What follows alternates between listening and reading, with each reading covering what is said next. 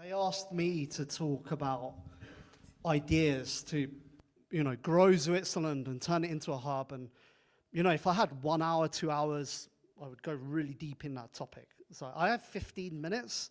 So it's going to be more like just a zoom past. And also I'll talk about the infrastructure we need. And this is what we're trying to build.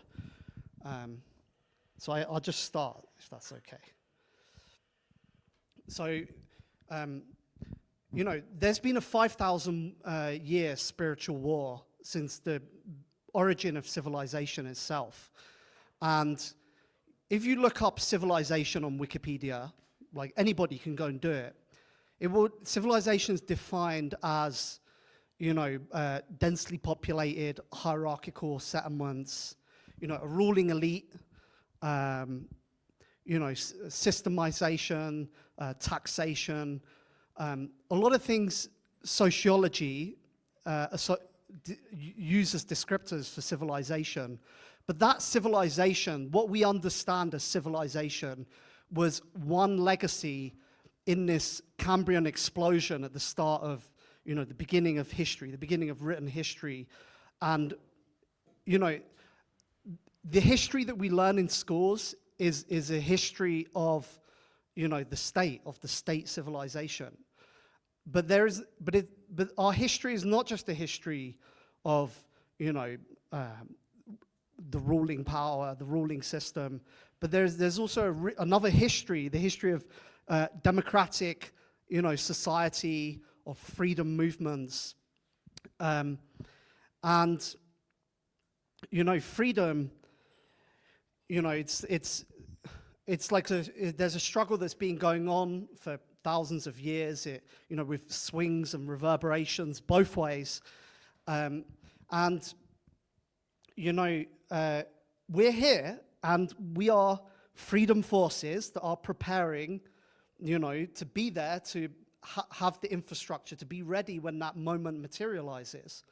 So, for example, in Syria, when the Syrian government collapsed in 2015 in the Kurdish areas, and, ISIS was coming, it wasn't that people randomly picked up guns and, started shooting and made a revolution. That is not how revolutions work.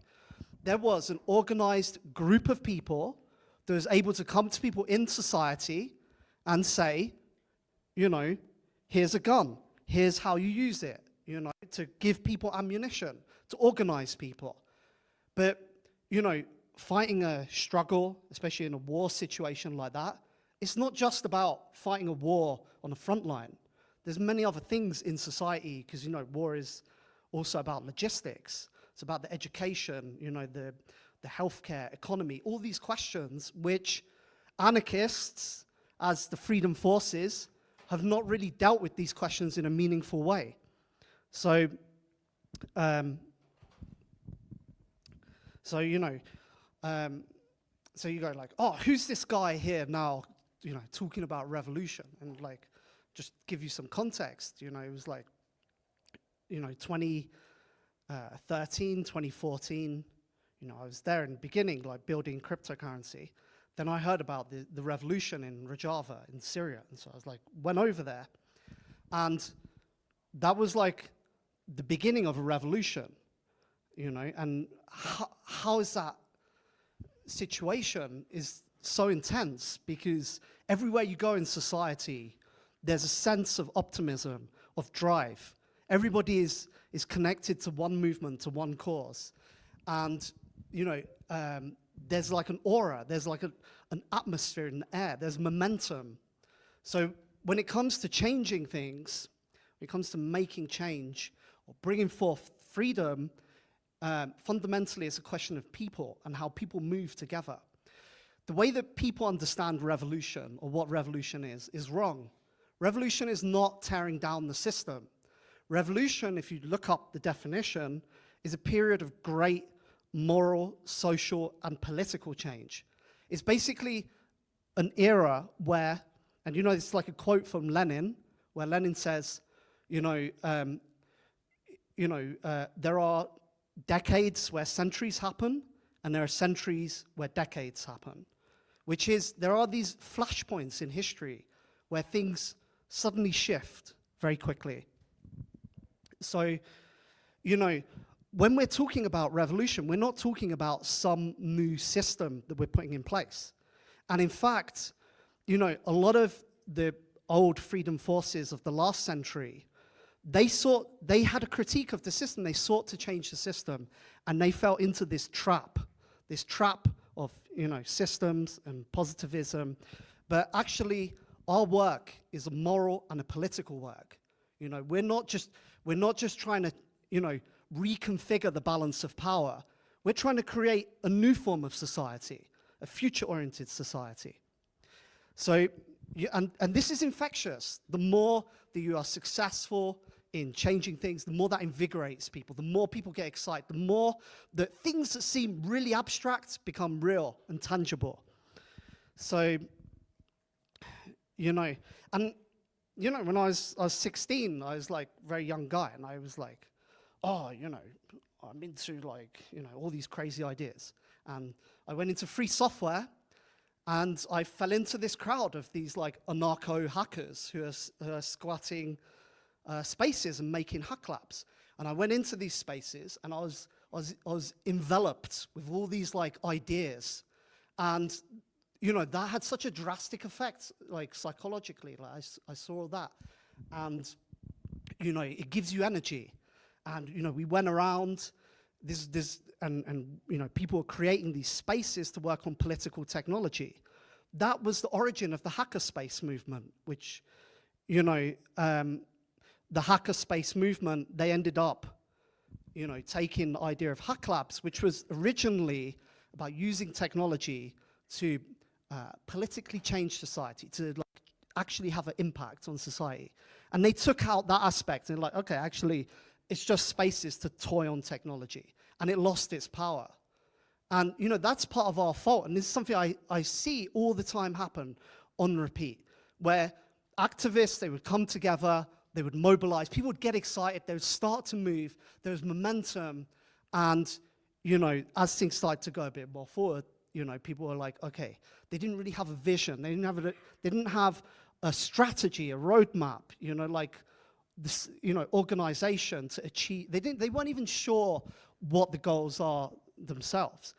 And, you know, later on, the anarchists, you know, that's when they, you know, they made the, you know, in Barcelona, that's when they first got together and they made the CIC, which was a network of 10,000 cooperatives. And that was the first time that, you know, I saw anarchists for the first time. They were like really pondering questions of economics. And that's really important because, you know, you don't construct an ideology for a committee. You don't like come up with a vision with everybody going, oh, I think should like they're like, it's like a fabric that's formed. In fact, people coalesce around ideas, you know.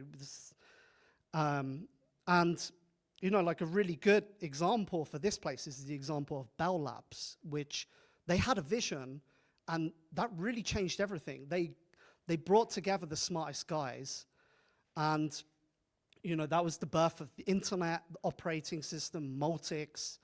You know, they were really concerned with, like, the idea of a lot of the people there, if you see, like, what's his name? James McCarthy, who invented AI.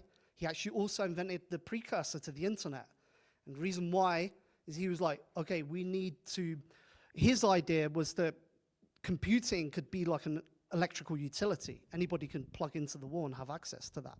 So these ideas were very prominent at Bell Labs. The idea of like connecting compute and like using that in society, you know, to socially change things. So right now, we're also a special period. And we have to understand this period we're in now. We're not in 100 years ago or whenever, we're in now. We're at a transition point where the logic of the economy is changing. Old industrial era notions, you know, of mass mobilization of politics no longer hold power. You know, just the nature of as technology as a driver has fundamentally changed things. And at the same time, there are all these other effects, like the inevitable breakup of globalism. The overarching world system has exhausted its potential for change. It's on the way out. Everybody wants to see it go. The third world nations who've been exploited, the first world nations who are at the helm of that. Everybody's like, it's just unsustainable. And in its place, we're seeing the emergence of a multipolar world. You know, there's not a value judgment, but a multipolar world, it starts to bring more movements, more freedom movements in the cracks where power dissipates. And as a response, a lot of governments, their power receding, will resort more and more to authoritarianism. This is the context we live in. And will you be there? Will you be prepared when that opportunity presents itself? You know, I gave the example of Syria, you know, when, you know, the regime collapsed, there's a power vacuum. People are racing to occupy that power vacuum. Do you have the means to defend freedom? What's that going to take? That's going to take a huge amount of, you know, new technologies, mobilizations, and our role is central to that. You know, we are responsible as technologists to reinforce those freedom movements with infrastructure. So, you know, and this is what we're trying to do with, you know, DarkFi. And so, you know, let's just go. So we have our testnet, you know, it's just released. So if you want to help the project, you know, right now it's proof of work. And in the testnet, anonymous DAOs, anonymous swaps, anonymous transfers, you know, generalized smart contract programming.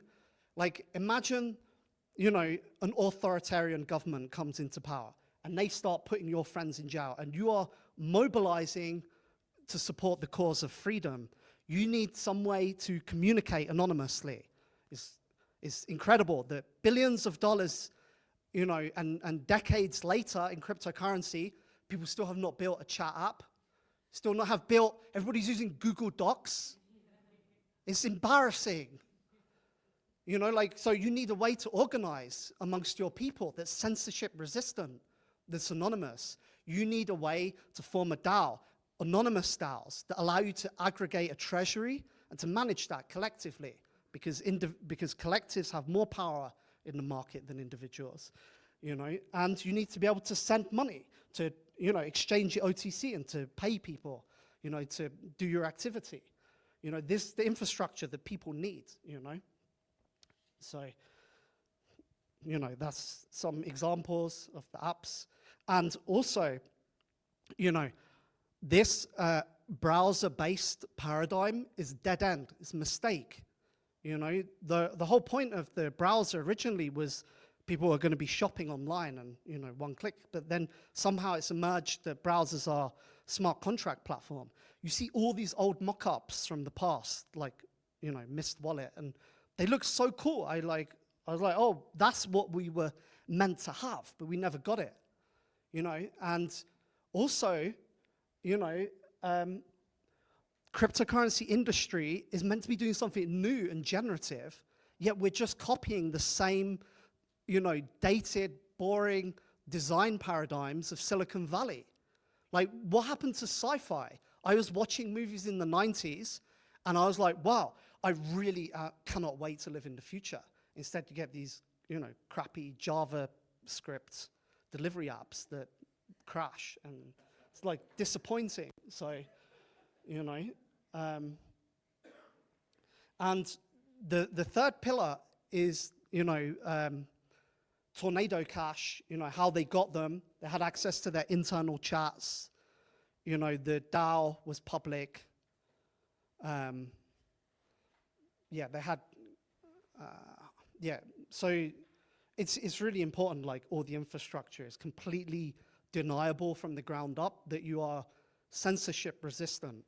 And in industry that's, you know, focused on shortcuts, you know, and huge marketing budgets, you know, it's kind of, it's not engineering to really change things. If you're a privacy project and you're telling people, join my Discord, you're obviously not afraid.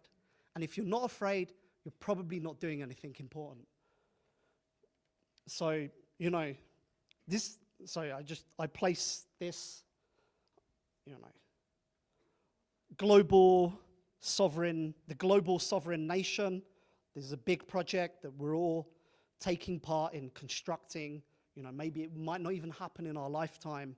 Maybe we're just laying the groundwork for the people that come after us. But, you know, and so I'm interested. So anybody who wants to, you know, go in after, you can chat after. So I end there because I got 15 minutes. It's finished.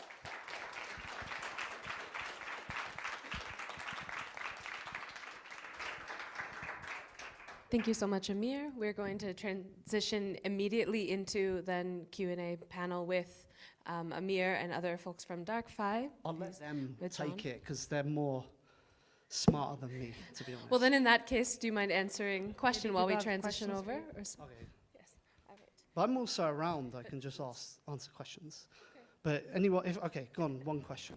Go on. Kai.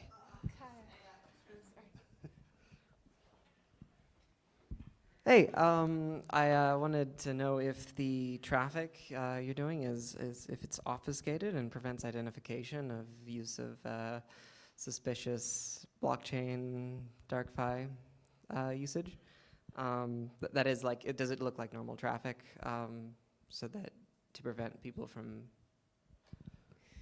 Well, if you build all the applications anonymous, then you prevent metadata leakage. So yeah, okay. Yeah. Like, are you thinking of using NIM Mixnet? We actually have Tor, we have NIM, TCP/IP, I2P. Cool. And are you thinking of going beyond IRC and No, the IRC is just a front end. It's not a protocol on the back end. It's just, a lot of people have clients they want to use. But there's an app there, it's not IRC. I mean, are you planning on like going to GUI for like mass adoption? This is a GUI app. Maybe I wasn't clear. Okay. But that's what I was saying, like, because, I mean, I don't want to get too technical, but we started building it in OpenGL. So it's automatically cross-platform, Windows, Mac, Linux, iPhone, Android. And then there's a plugin architecture directly in the app, so anybody can extend it. Interesting, cool. Thank you. And now we'll transition. John will be moderating a panel on cypherpunk.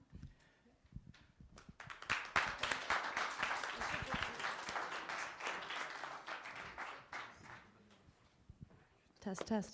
Huh? Testing. No, you're to talk as well. You should do it as well. I would like maybe people have more questions for you. Okay. Amir, please join us if you. I think Amir should join. Yeah, go on. Thank you. Yeah. Okay,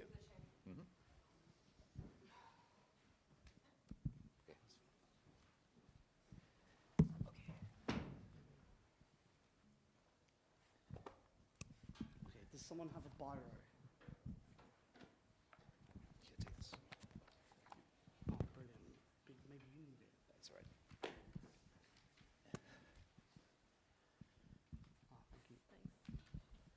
Hi, everybody. Could we sort of run through really quickly and just say who we are? So I'm John. Some of you have met me already. I'll be moderating the session from WEDF. Amir has just given an amazing presentation. Rose, what do you do for?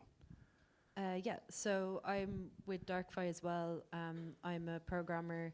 I'm also a writer, and I wrote a text that called Lunarpunk in the Dark Side of the Cycle, which, like I know you had a solar punk panel earlier, so I bring that up. Yes, so I'm Amir, and I'm DarkFi art director. So yeah, I just do all the visuals and stuff. So you're responsible for all of the amazing stickers and swag and everything else. So. Hello?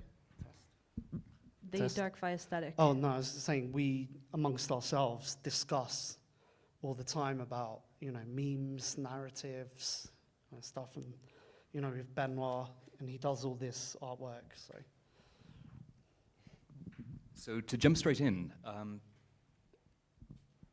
you spoke about flashpoints in your talk. I think that's really, really interesting because people sometimes mistake the nature of privacy as something that is about the individual, and we want to put our lives in some sense beyond the reach of states and corporations and anything else.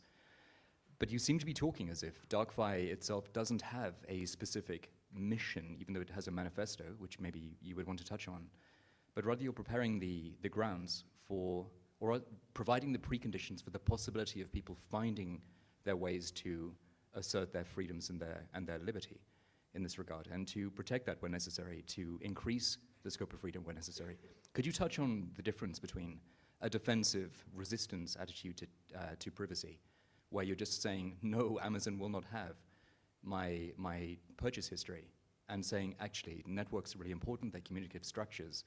A lot happens historically because of the work of networks and their flow of communication, and how you're architecting your solution to make sure that you're protecting that communication flow. Is that something you could elaborate on? I'm happy to answer first. So I think you touch on something very real, which is there's an association between privacy and individualism, and this idea that privacy is somehow protecting the individual from the state. And I think that comes from the cypherpunk movement and its origins in American libertarianism, which is like fundamentally like, focused. It's the subject of cypherpunk and American libertarianism is the individual. But DarkFi and also, like the neo cypherpunks are trying to say that actually we need to expand beyond this limited scope of individualism if we actually want to like achieve like society level change. So it's not by acting simply as an individual and having your, for example, transaction, Amazon purchases private, that anything about the broader world can actually will change. It's just about being kind of comfortable and protected within the existing system. But what's interesting about networks is that when the people work together, they have a like much greater reach of power and scope. So their actions like resonate in a much greater way. I think in terms of like there's a lot of sci-fi influence on these memes that we have, like cypherpunk and solarpunk and lunarpunk and so on. And with the cypherpunks, the influence is, I think it comes from cyberpunk. And actually the cyberpunk dystopia of you have a lone wolf who's like this heroic individual that's like isolated within this like hostile society, and them as like as an individual is like, demonstrates this heroism and kind of becomes like this like single rogue actor against the force of the system.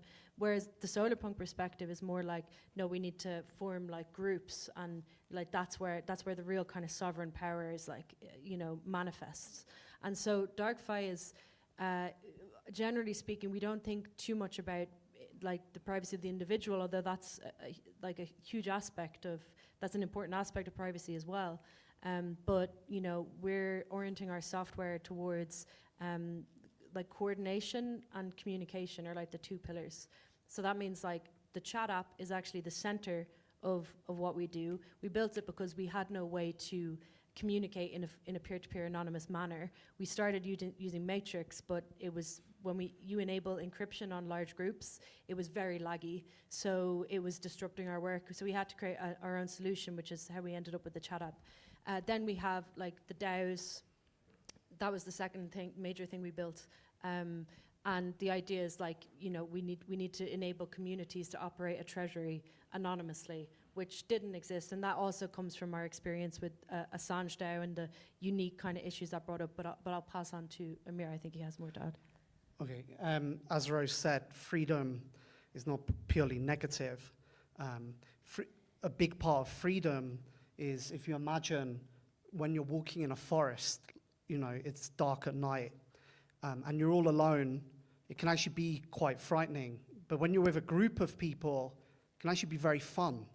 And so this is like freedom, towards something, to aspire to something, being part of like a greater will. There's something about that which it imbues you with life, with force. And nature is about, growth and expansion and driving towards something. And, that's what we're trying to do. When I talk about moral political society, I spent years going to conferences talking about philosophy and stuff, and everybody was confused. And then I was like, oh, lunar punk. And they were like, whoa, subculture. But we have to also, develop people. We have to uplift people. And this is the biggest failure I've seen in Ethereum, in all these conferences, where there's a vast amount of latent potential, and it just gets lost. It just gets sucked into corporations and wasted. And instead, we should have a pipeline. We should be training, we should be creating the next generation of hackers, of Renaissance, hacker leaders. Because we're not just a subculture. We're a philosophy. We're something that's, going to grow itself deep within the substrata of society. Democracy and politics are synonymous. Basically, what they mean is like the human activity that we engage with, that we use to secure our needs, our desires, that, our security. And this process of engagement in society transforms people. It fashions a character of people that becomes individuated. So the actual structure that we create is not just that there's a structure that exists. This is the biggest lie of the liberal view of democracy, which is that institutions exist to mediate conflicts between individuals that have pre-political desires. It's not true. People are transformed through life experiences. And self-defense is a crucial pillar of nature, of organism. Every organism in nature has a cell wall that it uses to defend itself. So we have an ideology, which is freedom society. That's what we're building this infrastructure for, is to expand that. And that exists everywhere. It's the biggest constant that predates civilization itself. It's the natural state of humanity. Contingency is a really important factor here. I mean, we don't rightly try to model reality and life and history and its course and its changes and vicissitudes ahead of time and then build a solution thinking that we can constrain the scope of freedom. It looks as if you're building a precondition which is effectively leaving people to exercise their freedom in particular ways after their own fashion, according to the uses of the networks. Now, here's a playful thought experiment. Generally, people will come back and say, but what about the drug dealers? What about, therefore, horsemen of the infopocalypse and all of those things? What would you feel if your network was used? Well, I'd say the morality between the rich and the poor can never be the same. Well, where I was going to go with this actually was the following. It's that what would you feel if your DarkFi and Dark CLI and everything else was, IRC, I beg your pardon, was used to develop the next range of enormously monopolistic corporate power, and that was where this was done. Can I answer? I think my answer is probably different to Amir's and Armor's answer, but I see DarkFi is fundamentally it's a technical solution, right? It's even though we talk a lot of politics and philosophy, I see that as they're like separate problems in a sense.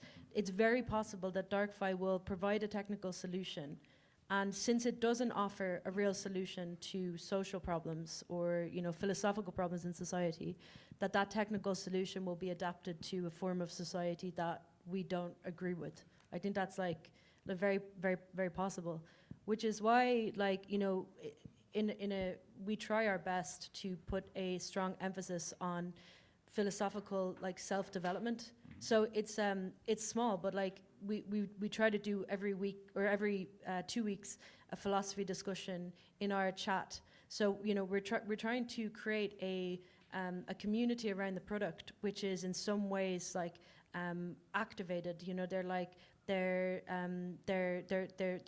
actively reading, they're questioning narratives, and they're critical of the world that they see around them.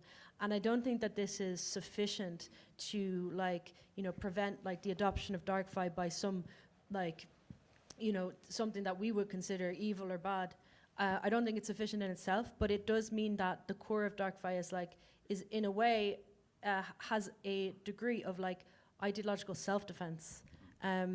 So like that's something we try to nurture, but I'm not saying it's a solution, because I believe that's not something you can necessarily solve with technology. I believe there's social problems, there moral problems. I mean, like, whenever people make these kind of questions, they're like literally internalizing the morality of the state, where they're like, oh, well, that's criminal, But who's the real criminals, really? If we're really honest, 3 million people died in Iraq for nothing, for absolutely nothing. How shocking is that? And you're telling me, oh, you're making a freedom, uncensored, anonymous technology. What if somebody used for that? I think that's completely hypocritical. There's something really interesting. So Cory Doctorow wrote a really interesting book about seizing the means of computation. It's the Internet Con is what it's called. And right at the very beginning, he says something along the following lines. He says, there's something very special, almost unique about digital space and computation, that it's simultaneously the arena in which we are protecting our freedoms, fighting for them and advocating, and also find ourselves surveilled and controlled by governments and corporations. The default is for people to feel that the internet, in some sense, is this great threat, that it is the way the corporations and governments surveil and control us. But we forget all too easily, which you appear not to have done, that it's also how we coordinate our efforts and develop communities and tactics and efforts to Yeah, resist. I mean, it's within technology, there's always been two legacies. Complementarity, Yeah, right. and this was our mistake that we made. When the internet was coming up, I was very young, and everybody was like, the internet is going to change everything. Everybody will have access to the world's information at his fingertips. Everybody will become enlightened. And, that was our complacency that allowed that to happen. I give many more examples. The open source movement and free software, where that went wrong. The Soviet Union and its collapse, so it's like these two legacies of technology, the democratic versus the monotechnics, which is what Lewis Mumford calls them. They've always been, trying to compete to shape technology. And it's very interesting that the technologies that are created are reflections of the creators. So this is why if the developers are just this slave labor that is enslaved by, corporate company. I mean, think about this. There is, Library of Alexandria. Why did the Christians come and burn it down? It's because these scientists in their ivory towers, they literally had steam power. They had electronics. They had cryptography. They had really advanced science and the potential to have an industrial revolution. And instead, they used that technology just to make toys to amuse kings. Meanwhile, everybody else outside in the countryside doing backbreaking labor, they just saw these scientists in ivory towers, and they came and they burnt it down. When we learn that lesson of history, we're never taught that. We're always taught, the darkness of Christianity that came and enveloped the ancient world and burned down this library. There's a whole other side to that story, which is the technologists did not step up. Amazing. So in terms of darkness, if the technology is a reflection of the technologists who create it, to what degree, Benoit, is the aesthetic of DarkFi a reflection of the technology itself? Why have you chosen to look the way you do and feel sort of the way you do? And the reason I ask is that Tor, on the other hand, has been really distancing itself from the dark side of the internet, the nightmare evil twin, as Ben Collier calls it, of the dark web, throwing off the very term dark web and looking to erode that narrative. But it's something that you've embraced. But that was manifestly a conscious decision. How does that get decided? Well, I think that I'm kind of interested in playing with inversions, and I think it's also like trying to redefine darkness, and that's something that Rose talks a lot about, which is redefining darkness as a space of creation. It's of that's like where life starts essentially. It's like in this like primordial darkness essentially. So it's like a positive, affirmative darkness rather than fear. And so yeah, I mean, and I think that's also like like the way we work on this is like this inversion. Same when it comes to like working on like being very colorful and expensive. So yeah. Also, the Western world is deeply connected to the concept of a shadow cosmology. Like Mithra. Another epithet is Sol Invictus, which means the eternal sun. But the sun is not eternal. It dies and is reborn every day. So when they talk about the eternal sun, they mean like a shadow sun. They exist in a shadow cosmology. It's why the Zoroastrians and the Mithraists and all the ancient mysteries of Greece were underground spaces, which were liminal spaces, which were interfaces between this world and the spiritual world. So actually the concept of the moon and the shadow is very connected to nature, to Western idea of future Prometheus. So they're very natural concepts, and it's actually this idea of the sun, of monotheism, which is a foreign idea to Western civilization, which is this idea of the hierarchy of the state and the system.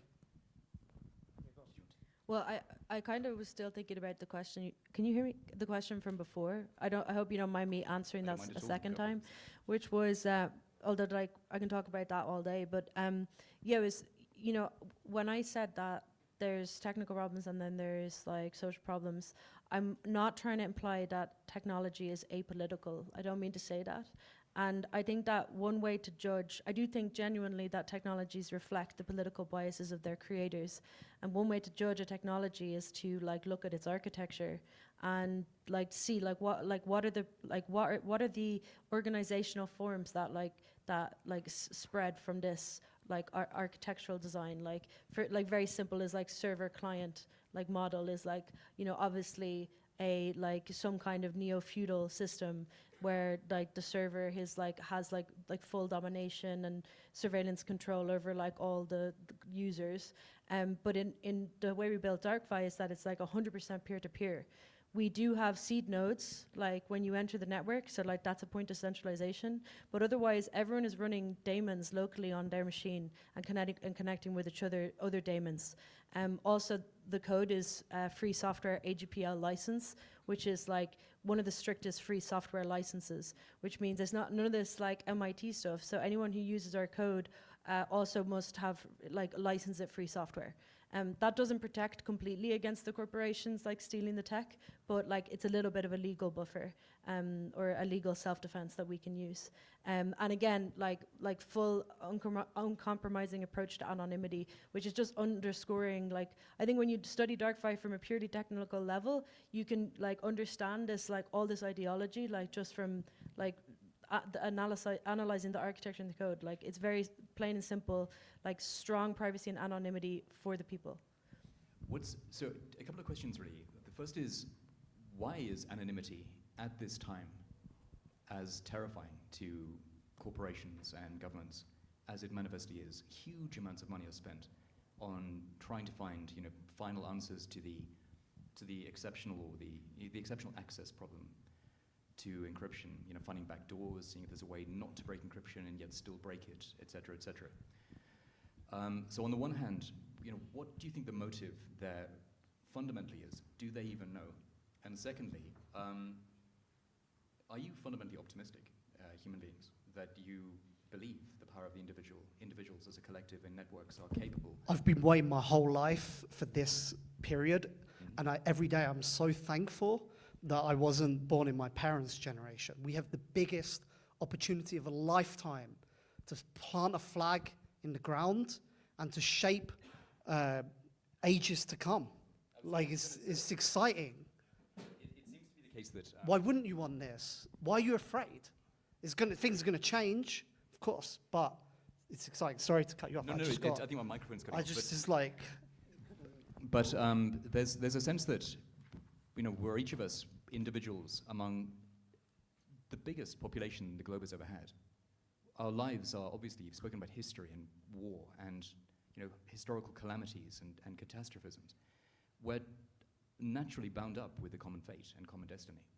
However, it's also the case that potentially because of the technological infrastructure we have, the ability that we have to create code of our own, that never before has human collective destiny been so bound up with the decisions of the human individual as well. Is that what you mean by the planting of the flag, that we have, despite the surveillance, despite the control, despite the disinformation, we have more power potentially than ever before to make a difference at scale for networks, protecting those, allowing them to work their own effects? It requires moral, epistemic moral maturity, unlike anything has ever done before. It's a remarkable time. Maybe you could talk a bit more about this and why that's cause for optimism rather than despair. I mean, this is where it kind of harkens back to me to the question about the DarkFi aesthetics, where, darkness as like a space of potential, and also like Amir connected it to life and nature. And I often talk about the forest as like a symbol of like multiplicities and the like a hyper generative space where like just kind of the seeding of like new potential in all directions.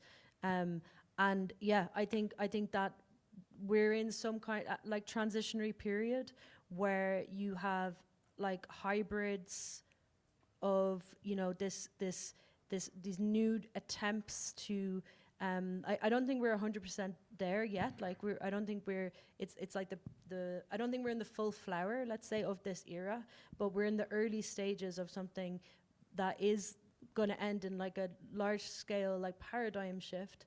And a part of that is all these new technologies which are going to like reshape the nature of power, and also there's the kind of attempt to build like a new ideologies and philosophy belief systems that are like more adapted to this era.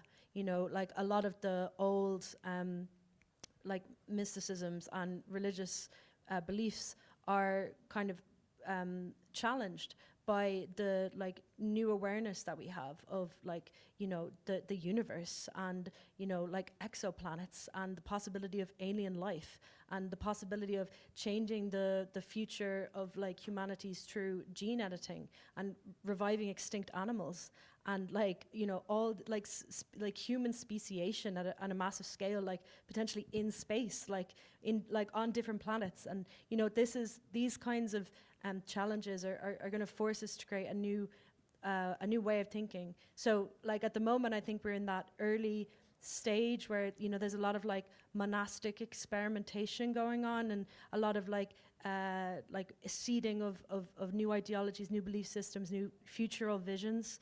And we're like DarkFi is one small part of that. Zuitzerland, all these network state projects like trying different angles on a similar quest. So yeah, I'm extremely optimistic, and I agree that it's an exciting time to be alive. the problem is if we aren't able to develop a new spirituality and humanity goes into space, it will literally just be like America and China nuking each other, but in space. So to really like expand outwards, we're gonna have to like create something new.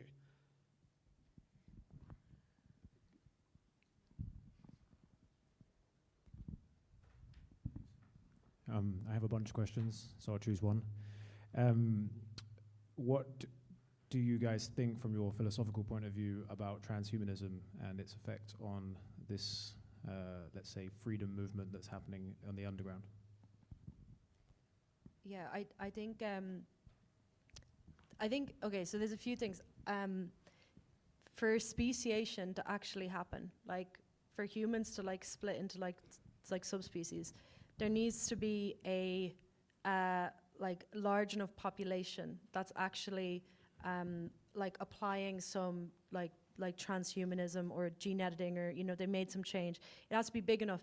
If it's just purely like a extremely small number of elites and they're making changes to their biology, but they're not necessarily passing them on a large enough scale, then it doesn't look like speciation to me. So I think for like, I'm actually excited by the prospect of transhumanism and like human speciation, but I think it has to be done on a large scale. Like it needs to be like on the level of a population rather than like on like small elites, basically. Well, I think a lot of those guys, they're just like, whoa, tech, and you know, they just. But then it's not, they haven't got any morality behind it. So it's good to be future oriented. You know, we don't want to regress, but you know, we have a vision of the world that we're aiming towards. Hey, love the sort of philosophical angles that you brought up. That's off topic. So do you think we can culturally resist the development and evolution that we're seeing with regards to surveillance capitalism? So for context, like the fact that Google's products are not Google Maps. It's not Google Mail. It's not even the users. The end product of Google really is the future behavior of people. That's the context there. So, you know, stuff like you're on Instagram, and Instagram knows better what is going on in your psyche. And people are happy that, you know, Instagram and Facebook knows that they like spicy, salty chips. And they are happy about that, and they are fine with that. But overall, if you're able to predict the future behavior of individuals, you'll be able to predict the future behavior of society at large as well, and movements, and be able to put up a counterforce to that. So I wonder, how do you see that culturally changing? Because currently people don't care enough about their privacy, they prefer comfort. Yeah, I mean, I agree with you. I think it's like insidious and like and very difficult, very challenging, especially when you have this issue, this straw man issue where privacy has just been presented as something for evil people. And so if you start to demand your privacy, it's very easy just to like dismiss that person as like a criminal or like a baddie. And this creates a real challenge for privacy when you actually, you know, it's kind of has like anti-mimetic qualities. Like it's like where it's like becomes hard to actually talk about privacy and to demand privacy.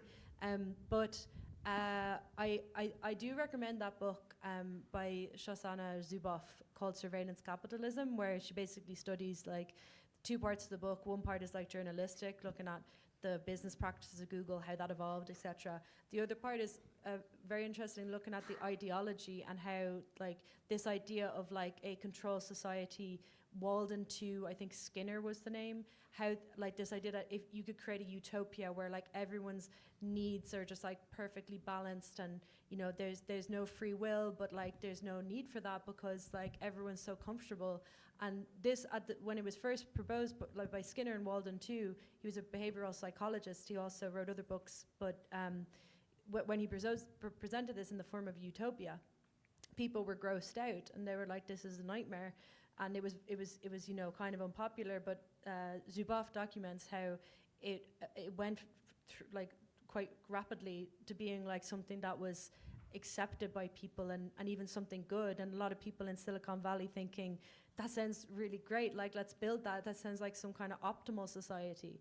And so, you know, and she also documents how that was like slowly through narrative tactics and like and a lot of like, you know, pressure like from these like massive monopolies like Google, that it was like normalized slowly. And you know, things like this, just the continual expansion of surveillance was depicted as something that was like natural, like the like just some kind of like natural evolution, and that it was like, you know, natural law, something that was unstoppable and outside of our control. And it was just the nature of surveillance to just keep expanding, and you know, we just have to kind of accept it. And people have become very docile, and not only are, you know, it's like there's a feedback loop where they're giving up their power to use these platforms, and they're also becoming in that process like more disempowered, and it's like, you know, it's like taking people's agency away, wearing them down.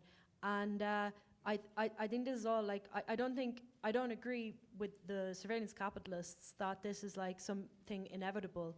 Like I think that it's something very difficult to challenge, but it's very fragile in fact, and that like through the like propagation of technologies such as DarkFi and other forms of privacy preserving tech, and through their adoption, we can like slowly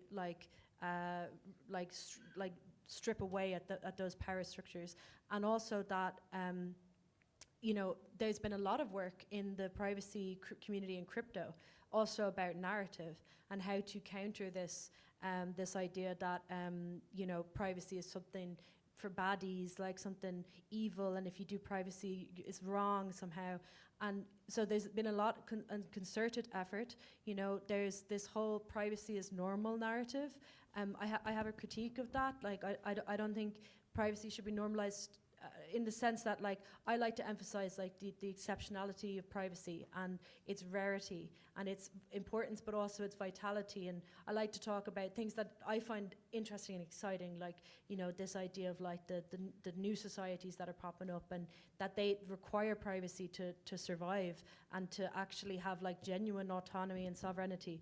That's what excites me. Maybe the privacy as normal narrative will win, and if it does win over like huge numbers of people, it has my support. But my point is that there's many different groups all testing different narratives, all working on this, many smart people like trying to chip away at the surveillance capitalism, and as a result, I don't think it's eternal or unstoppable or any of those things.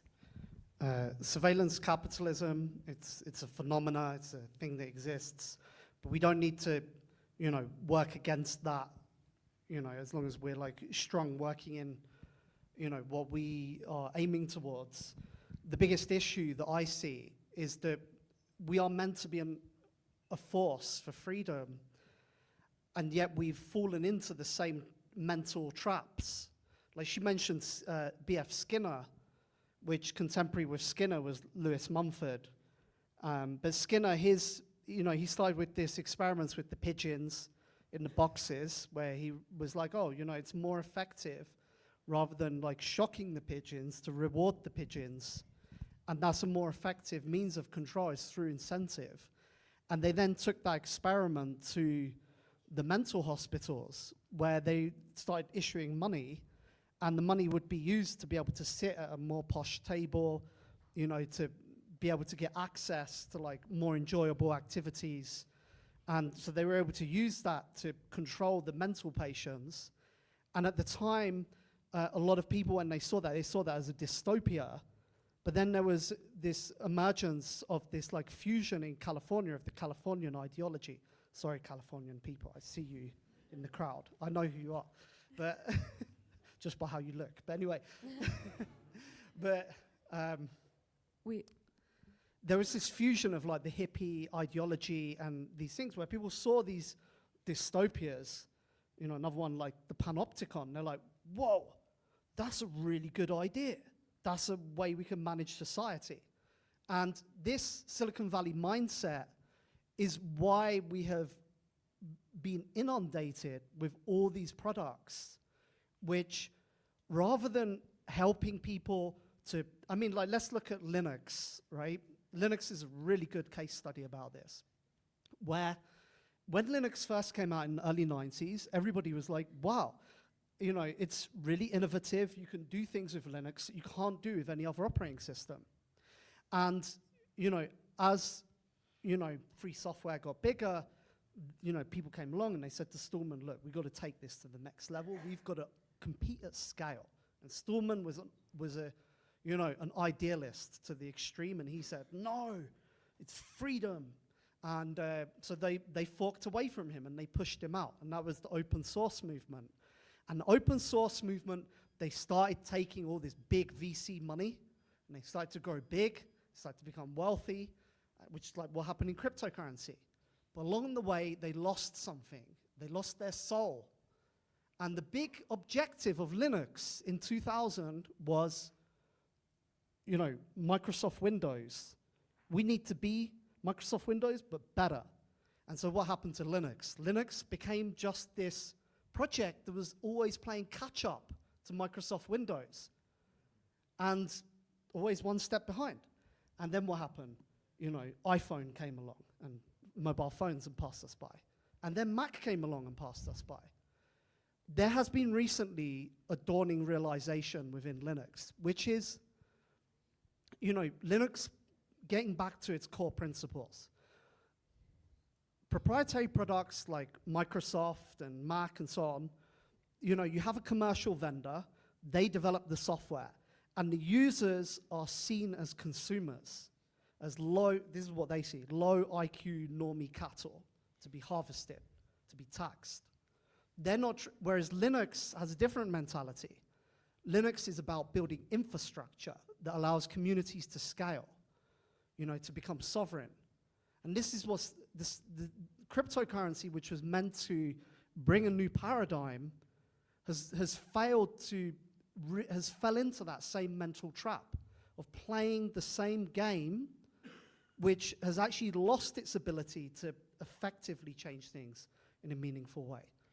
I mean, I have a lot more to say about this. We're going to take the final two questions. Yeah, we'll take one final two questions, and then we'll speak for a few more minutes, and then move on. My question is not just short, but it's also long answer resilient. So Star Trek or Snow Crash, which is more your vibe? Sorry, I haven't read the Snow Crash novel. I've read Neuromancer. But yeah, I've seen the Star Trek. My main issue with I don't like the aliens in Star Trek or Star Wars. But I'm sorry, I don't know the Snow Crash reference. Is there another question? Yeah, it's also a quick one. Is there anyone or multiple people working at DarkFi that are completely anonymous? And if not, would you think it would be a good idea? Yes, we have fully anonymous developers. We actually use, so we have our anonymous chat app, and then like we're working on NIM, but right now we do have like Tor support enabled, so you can connect like anonymously over Tor, and then we use something called Codeberg, where you can create an account over Tor, and so we allow developers, like majority of our like developer community is fully anonymous and using Tor and DarkFi. So is that time for the panel? Just to say that the issue with the aliens in Star Trek and Star Wars is that they're too humanoid. So it's like what actually would life look like in like other biological contexts? Like maybe you could argue that like there is a thing, I think it's called convergent evolution, that like maybe the humanoid types would happen at sometimes, but it's not going to be all the times. So I think it's a limited imagination to imagine the aliens look like us. So just to wrap up, one of the things that was said at the end I thought was really important, and it was the meme war that's effectively taken hold of privacy space, that people are really conflicted over how to represent the privacy question. And I loved the remarks about the way in which people are testing and A/B testing the narratives. A few of them which are worth remembering, because it's always worth pushing back on. One is that privacy is normal, when in fact is actually anomalous, given the way things currently are. It's something that we would like to see more normal. The other is that privacy is a human right, as if that shouldn't be something everybody is aware of, and as if it somehow derives its importance from its status as a human right. That has always struck me as very strange, because in fact it's a human right because it's so important, and we've lost connection, I think, with why privacy has mattered all along. That is an empirical claim, and it's down to the long, painful histories that lesson has taught us, the sorts of things that have been touched on today in the panel. And just be wary of letting those narratives drift, because they can have enormous consequences for everybody from, politicians and regulators to developers and the fears they might have as they're developing technologies that could become the platforms that enable us to create the technologies of the future that give us the guarantees of freedom that we so sorely need as networks. Thank you very much, all of you. Stu? Thank you. Thank you. Like, we have actual enormous power to change things, like really make a big difference. If we just cede that territory, it's just wasted. It's lost. You know, so we should take that up. Like, people are suffering. We can really improve things a lot. Human freedom, etc.